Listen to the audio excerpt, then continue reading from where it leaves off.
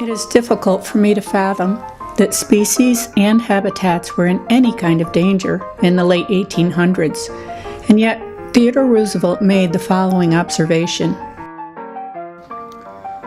We have become great because of the lavish use of our resources, but the time has come to inquire seriously, what will happen when our forests are gone? When the coal, the iron, the oil, and the gas are exhausted? When the soils have still further impoverished and washed into the streams, polluting the rivers, denuding the fields, and obstructing navigation.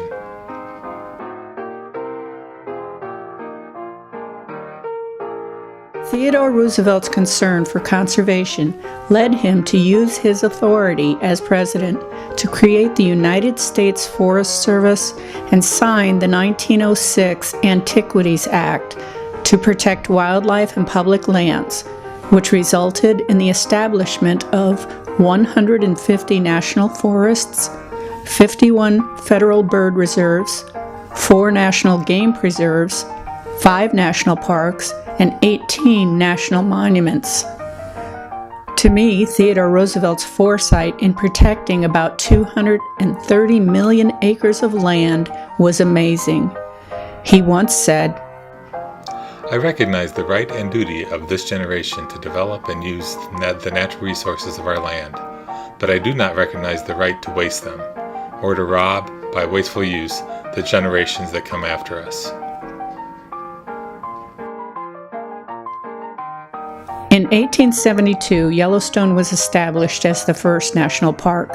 Over the years, the number of national parks has grown to 58, with the goal of making these parks accessible to all and preserved for future generations. Theodore Roosevelt's vision for us and our children was clear. Of all the questions which can come before this nation, short of the actual preservation of its existence in a great war, there is none which compares in importance with the great central task of leaving this land even a better land for our descendants than it is for us.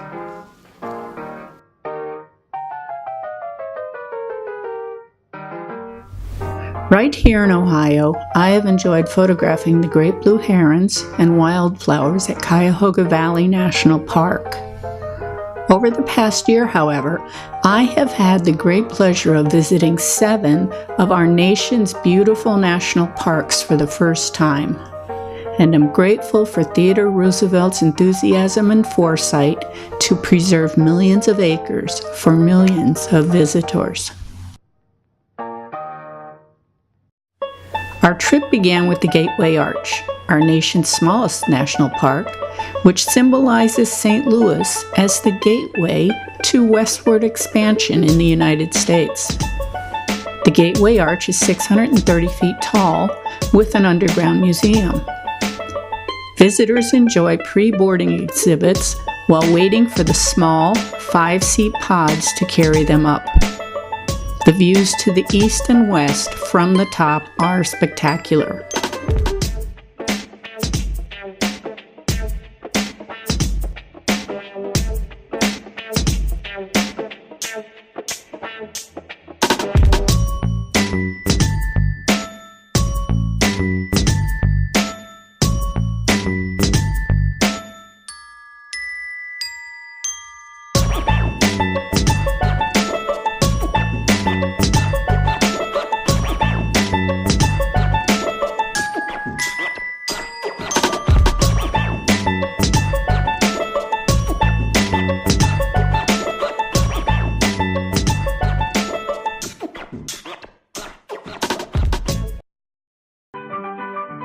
From St. Louis, we took Route 66 to the Petrified Forest.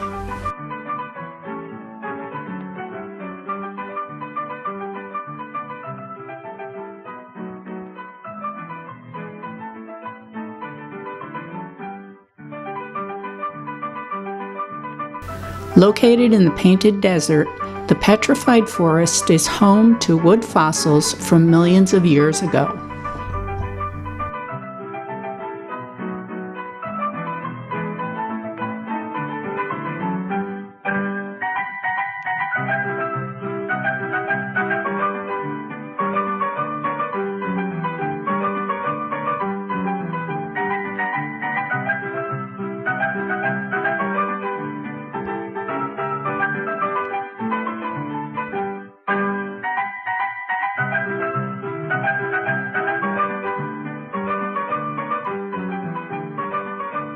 Our next stop was at one of the best-known national parks, the Grand Canyon.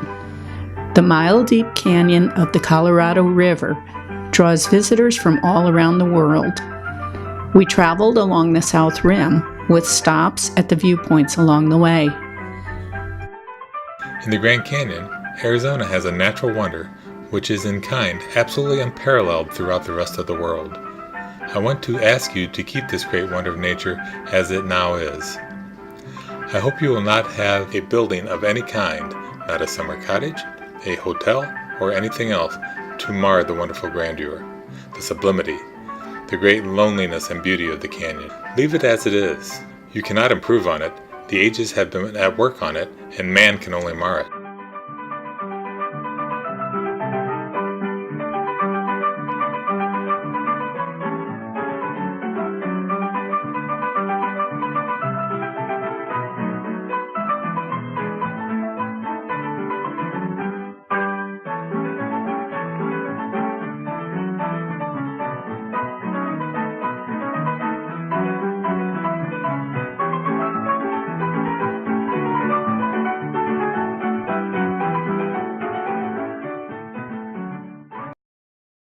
From the Grand Canyon, we ventured to Zion National Park with a quick stop at the Hoover Dam.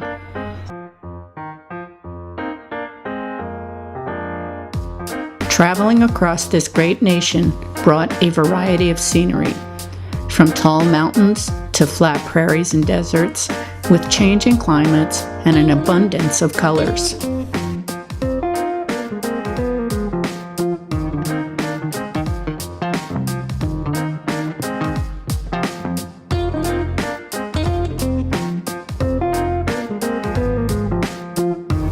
In Zion National Park, we took the park shuttle bus and enjoyed the views at each stop.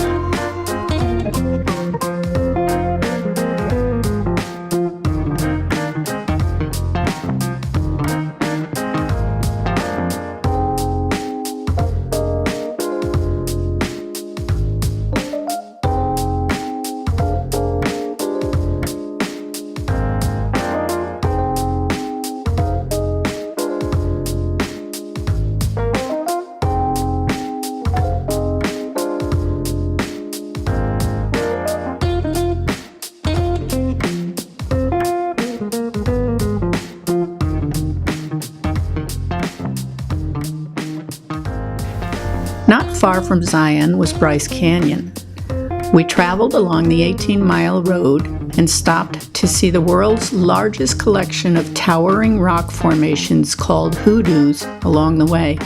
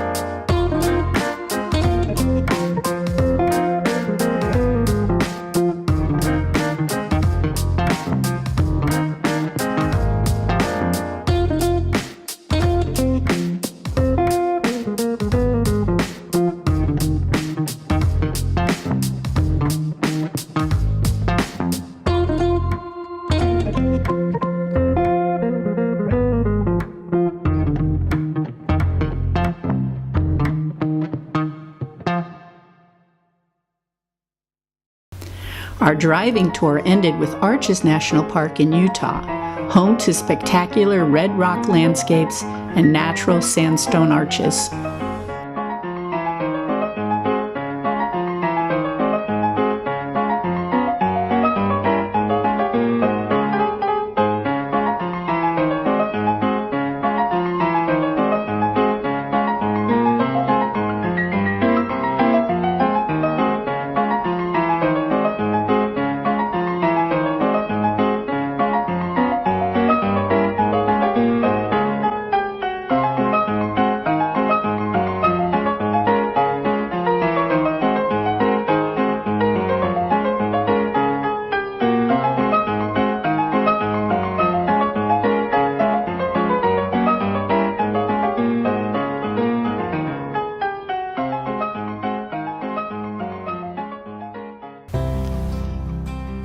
Earlier this year, we traveled to San Diego and visited Joshua Tree National Park in the Mojave Desert.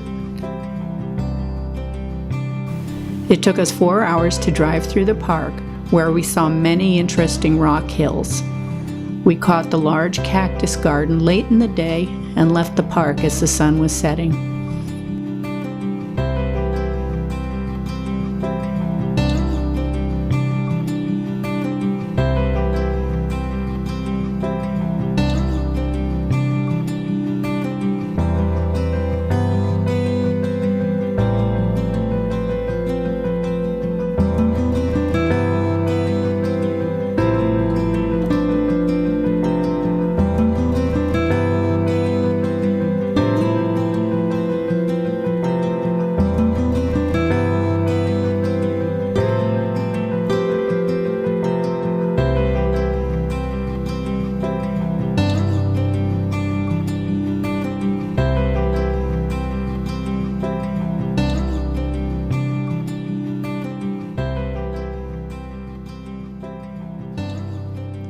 There can be nothing in the world more beautiful than Yosemite, the groves of the giant sequoias and redwoods, the canyon of the Colorado, the canyon of Yellowstone, the Three Tetons, and our people should see to it that they are preserved for their children and their children's children forever, with their majestic beauty all unmarred.